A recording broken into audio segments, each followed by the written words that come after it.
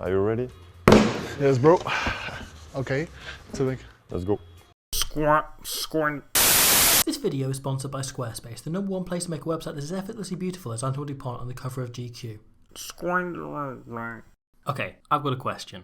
When are we all going to stop pretending? When are we all just going to say it? When are we going to stop beating around the bush and finally stop telling ourselves that we like our own nation's rugby team more than we like France? It's a team with something for everyone. Magic at 9, calm, collected genius at 10, an oil tanker at tight head, a guy who looks like a red highlighter that got bit by a radioactive grizzly bear on one wing, flustered, furious genius on the other, beautiful balance in the centre, number 8 in imperious form, and a pack made up of marauders, equal part crazy fun and crazed psycho. And this week it was too much for Ireland as they played out a superb ding-dong encounter on Saturday night. France holding out as an onslaught from the Irish wasn't enough to prevent Les Bleus taking a second step towards a long-awaited first title in 12 years. So, how do we rate France's chances of remaining consistent? And after dismantling in the first half turned into a superb second, just where are Ireland at? And France started in pretty irresistible fashion. Roman Untermack throwing a pass so gorgeous he got me tempted to cheat on the other clip of Roman Untermack that I married in Vegas late last year, putting partner Antoine Dupont in for a beautiful try. The move begins and ends with French Ernie and Bert's psychic link sparking up once again. This was the 55th game of professional rugby where Antoine Dupont and Roman Untermack have played as halfback partners at 9 and 10 respectively. Not even counting the times Untermack played centre, including this match in 2019 where they played half an hour as a 10-12 combination in a game that finished 47-45. This has given the pair an innate understanding of each other. From kick-off here, Jameson Gibson Park clears a touch and Dupont is on the sideline to retrieve the ball. And as soon as he does, he starts scanning for Untermack, trying to find his little mate. All it takes is Untermack putting his hand up slightly for Dupont to know he wants to play quickly. France only have 3 attackers to 5 Irish defenders, but what Untermack has spotted is this. 4 of those defenders have turned their back. The only Irishman alert to this is Hugo Keenan, who screams the Green Gang into action. Ringrose is quickest to react, but he's rushing up blind alone in reaction without really having had time to plan what he's going to do. And Moefana can do the kind of step that'll be on the highlights reel when he retires and offload to Villiers, with Jaminet wrapping around to give an option to prevent the Irish defence targeting the second biggest winger in Six Nations to Darcy Graham. However, the absolute quickest to react is Francois Crowe, who starts jogging across in front of play. Crowe is phenomenal at this. It's kind of similar to the cheap line someone like Antoine Dupont or so many other great nines or Chris Ashton run, where they get ahead of play in order to be in support when a break is made to take a pass, but Crowe does it instead to clear out, and it generates incredibly quick ball. Tyburn is around it, and Crowe is so quick he doesn't even consider stealing it. It's like a burglar alarm. France play blindside with Penaud just to give their pack time to set into shape. Amongst all the chaos, both Irish centres are here, around the ruck, and so Untermack coolly calls for second carry straight into them. Watch Marchand here. His foot deliberately pins Archie in. He's probably hoping for an advantage call from the referee, but at the very least here, what it does is just prevent a key member of the Irish defence getting back up to their feet. Now, France's shape is all about overwhelming. It's about loading too many units into too small a space, giving the opposition too much to watch and prepare for, with Untermack, Dupont, and then either Jaminet or Fickou selecting which of those options the opposition are least prepared for. And it becomes considerably harder to prepare when both men who organise your defence are tied into the ruck. Untermack has a very different threat running off either shoulder, and that holds this huge group of Irish defenders. He instead hits Cyril Bay, who himself has 2 runners coming off him. Willems' line here is superb and checks Porter. In the absence of Ringrose and Archie, Hansen is filled in at 13, so Jaminet invites human the size of Atlanta, Uni Antonio, straight up his channel. The ball is fast and Ireland slow to fold. Hansen not used to the situation, so leaving a bit of a gap, which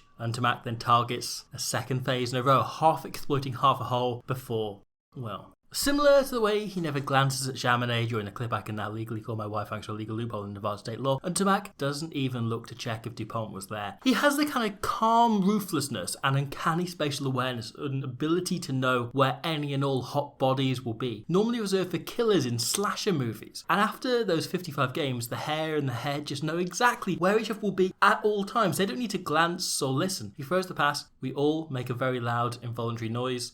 Antoine Dupont finishes. And it's only right because he's just started something else. Not content with being rugby's finest double act, Antoine Dupont and Roman Untermack recently decided they need to take a step beyond the field. And so, being 2 middle-class metropolitan guys in their mid-20s who want to start some sort of project together, there was only one possible answer. Improv comedy. However, the pair soon met a no but, unable to schedule gigs, notify fans, all sorts. But these problems disappeared the moment they headed to Squarespace. There are so many simple and easy features to make their website beautiful. The pair had so many great observational jokes to make, like how would you rugby when your 12 isn't a world-class genius? Lots of just very relatable content. So they created a calendar to upload their gig dates, an email campaign to notify their friends. They made funny blog posts in French. All of this was made possible so simply, so easily, and you could experience the same by heading to Squarespace yourself and using the offer code SquidRugby to save some delicious money pennies. They can now pour towards seeing Roman and Antoine deliver the show they've not worked so hard on when it starts its 1 week only run in Edinburgh this Saturday. When sticking to the day job, however, the pair marshalled France for a pretty rigid 1-3-3-1 pattern. For those who just dip into rugby, the shape number just refers to where across the width of the pitch you placed your 8 forwards. So France's default is 1-3-3-1, which looks like this. Ireland's is 1-3-2-2, which looks more like this. Simple. Each structure has its own pluses and minuses. To paint it most simply, 1-3-3-1 is like playing as Mario on Mario Kart. It's an all-rounder, ideal for just holding the width whilst punching it up the middle. Whereas 1-3-2-2 is Toadette. It's designed to play wider, faster, but you're taking a few more risks in terms of ball retention and handling. However, where France are interesting is the way they create variety within a 1-3-3-1. Like they select interesting carts and tyres and so on for Mario, instead of loading an athletic flanker on his edge forward. For this play, France use a planetoid in the form of 22-stone Antonio, or here they pull a free pod in incredibly tight to create continuity by flooding the ruck and looking for offloads. Whereas some teams switch off their attacking shape regularly, France always stick to the same numbers, they just change how they use it drastically. This switching, however, is a trend Ireland have got into recently. Typically under Farrell, if they break from the 1-3-2-2, it's down to an error or overcommitment elsewhere. This year, that's starting to change a little bit. Here, Ireland have ended up in their usual 1-3-2-2, but if we rewind, they take the ball from the kick and play a quick fade while setting up. But once they have, the shape they adopt is 1-3-3-1. Crow makes a superb sniper shot on Carberry, but it still generates enough momentum that they can ease into a 1-3-2-2 in order to play faster. However, I think this want to change up how they attack was a large part of why Ireland struggled in that first half. This starts as a great demonstration, this bit here, of how a 1-3-2-2 can get you going forward on wide plays, with it getting out to Hansen here, who makes a considerable gain. They're going forward really nicely. Normally a ruck on the touchline is the easiest way to set your shape, and Ireland attempt to do that. So they switch to 1-3-3-1, but after an okay first carry, they mess up the second pod completely. Ball fumbled, France invited onto the ball, and Moafana able to put Jaminet in a little hole. They just weren't used to that second shape. It was frequently over-ambition undoing Ireland, but things tightened up in the second period. Carberry here invites a free onto the ball, and Furlong's body language and Van der Vlier's line really sell. That's where the ball is going, and Crow buys it. However, Van der Vlier's line also stops France folding and just gets in the way in typical Springbok fashion. This ball is fast enough, but Ireland's shape hasn't quite set yet, and they just ship it on. Carberry tries to slide a kick that isn't on through. This passage is generally a mess, but the really impressive thing here, right, is that after Ireland have shut the bed for one phase, and after a brilliant French counter-ruck, Ireland recover smoothly and make yardage on the next carry. We've seen Italy, Wales, Scotland and France themselves have entire attacks spoiled by this kind of moment the last few weeks, but Ireland milk a penalty before trying a super ambitious move to get the entire 3-2-2 into action. Doesn't quite work, but it grants them the position ultimately that leads to the try that got them back into the game. And to be honest, this isn't a particularly good or interesting attack, but Ireland are so patient. The French defence is sound, but they keep the pace high and the phase is flowing. The passage is very much dictated by Gibson Park at 9 instead of Carberry at 10. Then, the moment it comes, Aldry enters the breakdown, whilst Porter can get off the ball. Conan's clearer is phenomenal. He takes him way beyond the ruck, and Willems has to jog around further to get into position. And once he arrives late, he has to instantly keep his eye on the two Irish runners hitting short lines here, which opens up the hole for Gibson Park, who throws the dummy and darts through to score the try, the crucial try, the rugby try, the rugby.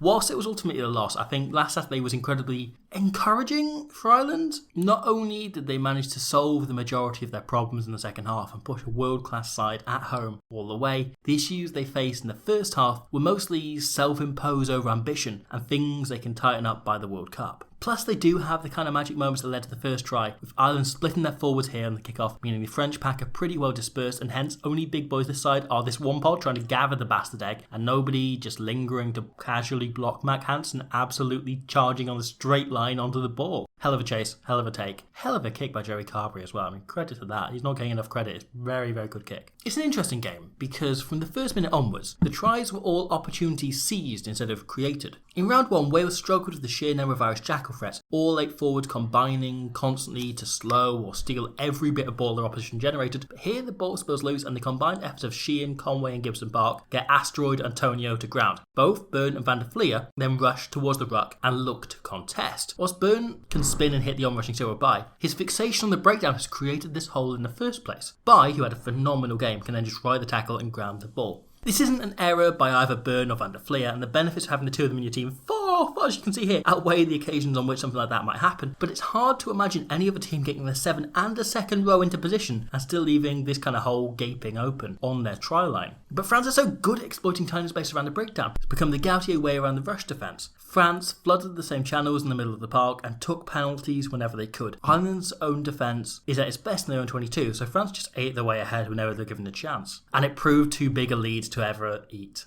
back. Now, the decision to take the points at the crucial moment is...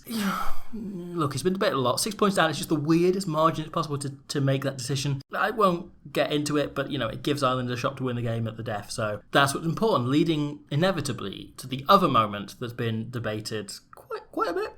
I think Irish fans are starting to calm down on this, but France still hand the ball back to Ireland out deep, and Hugo Keenan opts to kick. The big question is why, and I'll tell you why. But first, a word about Gregory Aldrit. While Surabaya had a sublime game and Francois Crowe saw more dirty work in 80 minutes than Sue Gray has over a whole investigation lately, I think Aldrit was the best player on the pitch again. He's just such a complete rugby player. His power and strength are so much greater than his size and bulk, and his work rate immensely high. So, France clear, and Keenan catches the ball. Conway calls for the kick.